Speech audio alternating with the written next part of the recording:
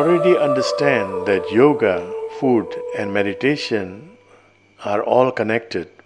However, how or why yoga and food are so important, I didn't realize it yet.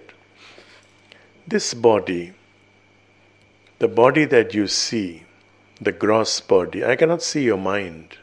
You cannot see my mind, but you can see my body. If you are a neurosurgeon, you open my head, you can see my brain. But that brain is only a hardware. The software, mind, cannot be seen. Many of our scientists, medical experts are still confused between mind and brain. But now, many scientists in the West have begun to realize that mind is different, is outside the brain. In the yogic tradition, this whole body, including the brain, is called collectively as Annamaya Kosha. The domain of food, the food that we eat, shapes our body, including shapes your brain. Not shaping your mind, but shapes your brain.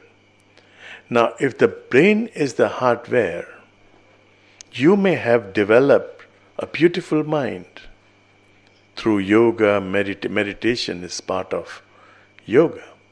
Yoga is the whole concept. Meditation is but one part of yoga.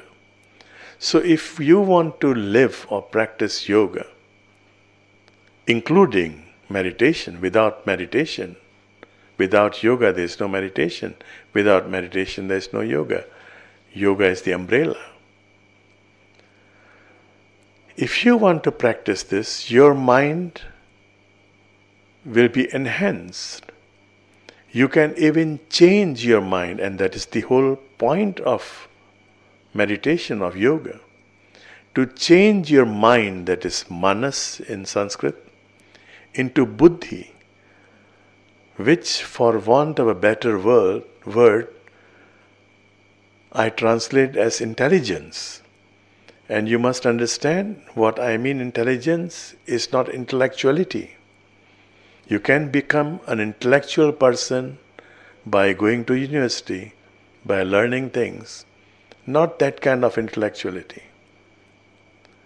In Indonesian, intellectual is a scholar, intellectual. So I'm not talking about scholarship. I'm not talking about bookish intellectuality that comes with degrees and all that. Intelligence is your embedded thing. It is already there within you. In the West, they did this. In the East, we are still learning, relearning. Actually, this was suggested thousands of years ago. When a baby is born, don't give the baby any food immediately.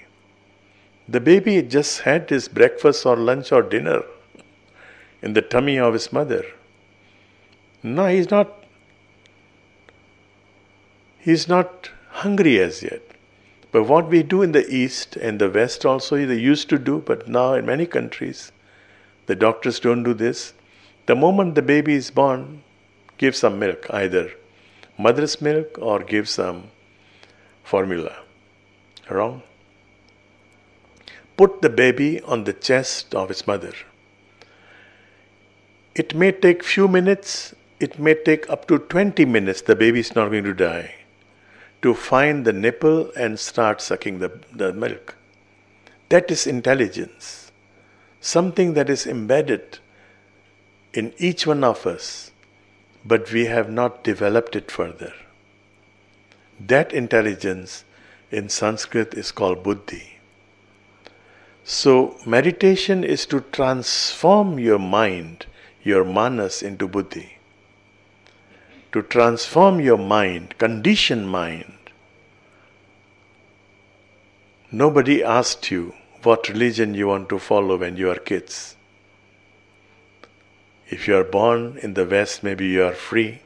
In the East, you are stamped already. Upon your birth, you follow this religion. Your birth certificate is already stating that. So everything is decided by the society, by your education system, by your parents, by your community. Everything is decided beforehand. Intelligence must be enhanced through meditation. If we come back to this question, I already understand that yoga, food and meditation are all connected. However, how or why yoga and food are so important, the connection. Whatever you do, meditation, yoga, the lifestyle, I'm not talking yoga as the asanas alone, but the yogic lifestyle, including diet and the values and all that. Once you practice that, your mind is already enhanced. It is already turning into Buddhi. If your brain is not capable to run the new program, you cannot run it. You have new programs now, new applications. If you do not update your computer, your laptop, you cannot run the new program. As simple as that. So the vegetarian food that you eat, I am talking about vegetarian food. I am not talking about so-called raw food. In the yogic tradition, raw food is not even recommended. Food should be little bit boiled or sauteed or just little bit cooked.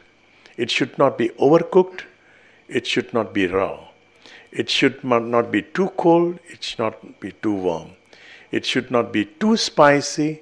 It should not be bland altogether. Moderation is the key.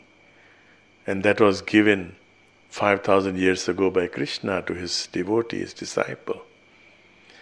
Moderation in food will change your brain, the hardware, to be able to run the new program of your mind, or rather your buddhi, your intelligence. So this is important. You cannot run the new program on an old setting.